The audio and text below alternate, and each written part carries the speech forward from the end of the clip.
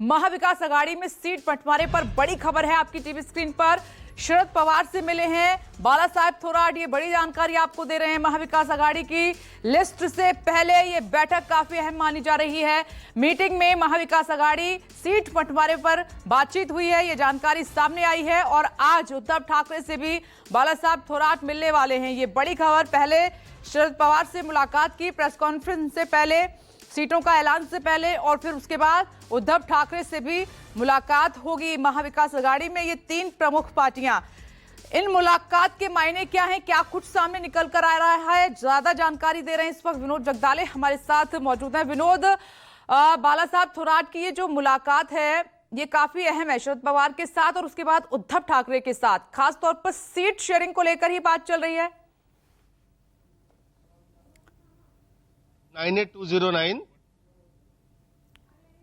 चलिए विनोद से हम बातचीत करने की कोशिश करेंगे, तब तक कनेक्ट करते हैं। लेकिन ये मुलाकातें, क्योंकि आप देख रहे हैं कुछ सीटों को लेकर खासतौर पर शिवसेना और कांग्रेस के बीच में सहमति नहीं बन पा रही है, कुछ सीटों पर पेंच फंसा हुआ है, इसलिए देरी भी हो रही है। और ये बात जो है शिवसेना यूपीटी के नेता संजय राउत ने एडमिट में की कि कांग्रेस महाराष्ट्र के जो नेता हैं वो फैसला लेने में सक्षम नहीं है। कोई भी बात होती है उसके लिए लिस्ट दिल्ली जाती है, तो कांग्रेस जो प्रदेश अध्यक्ष हैं उनसे बात भी शिवसेना नहीं करना चाहती है, इसलिए दूसरे जो कांग्रेस के नेता हैं वो सामने निकल कर आए हैं। अब बाला साहब थोराट मुलाकात कर रहे हैं, इससे पहले प्रभारी ने मुलाकात की। आज शरद पवार से मिले हैं, राजनीति के चाणक्य माने जाते हैं, कहते हैं जब शरद पवार से बात होती है तो कोई ना कोई रास्ता बाहर निकल कर आता है। उसके बाद उद्धव ठाकरे से भी मुलाकात है बाला साहब थोराट की। विनोद जगदाले हमारे साथ बने हुए। विनोद, शरद पवार से बाला साहब थोराट की क्या बात हुई है और उसके बाद उद्धव ठाकरे से भी वो मिलेंगे?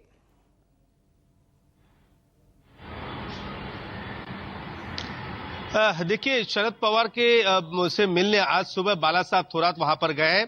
कल कांग्रेस की स्क्रीनिंग कमेटी की बैठक होने के बाद कांग्रेस के हाईकमान ने कहीं ना कहीं नाना पटोले को दरकिनार करके पूरे अधिकार जो है बातचीत करने के, गठबंधन के सारे अधिकार है जो है एज ए कोऑर्डिनेट के तौर पर वहां पर दिए है बाला साहब थोराट को।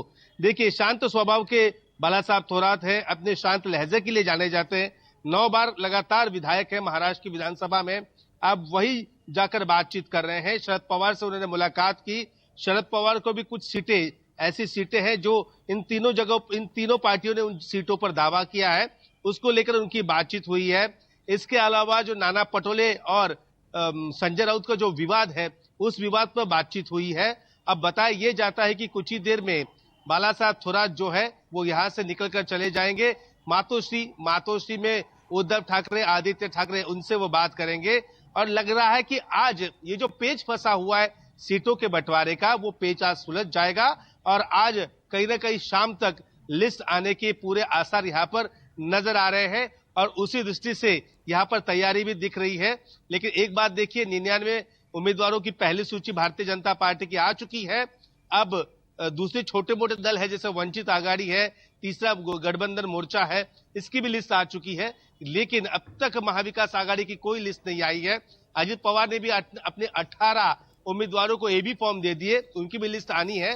तो आज लग रहा है कि अजित पवार की और शिवसेना एकनाथ शिंदे की लिस्ट आज आएगी। ठीक है विनोद, आप हमारे साथ बने रहें। एक और